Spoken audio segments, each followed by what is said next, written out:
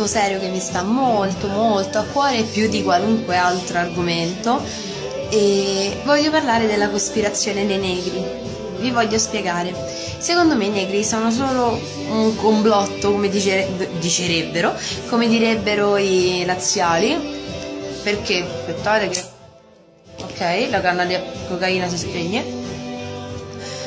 perché secondo me quella è gente soltanto che non si striglia bene.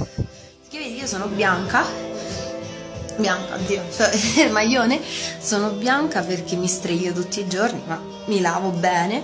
Invece i negri sono negri perché sono zozzi, è semplice. E poi vengono discriminati perché sono brutti, sono negri, cioè non è bello. Per dirvi, vi faccio l'esempio, la Pepsi, si vede, no? Pepsi, perché secondo voi fa schifo? Perché è negra, la Pepsi è negra.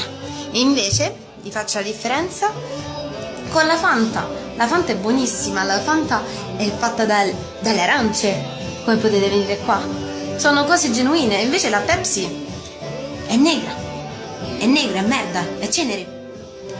Invece la Fanta è buona, è pure colorata. Avete capito perché c'è differenza? Perché la Pepsi è negra, Pepsi è sporca, la Fanta è buona. Per questi negri fanno schifo, non se lavano, puzzano, perché se lavassero diventerebbero bianchi. È semplice, no?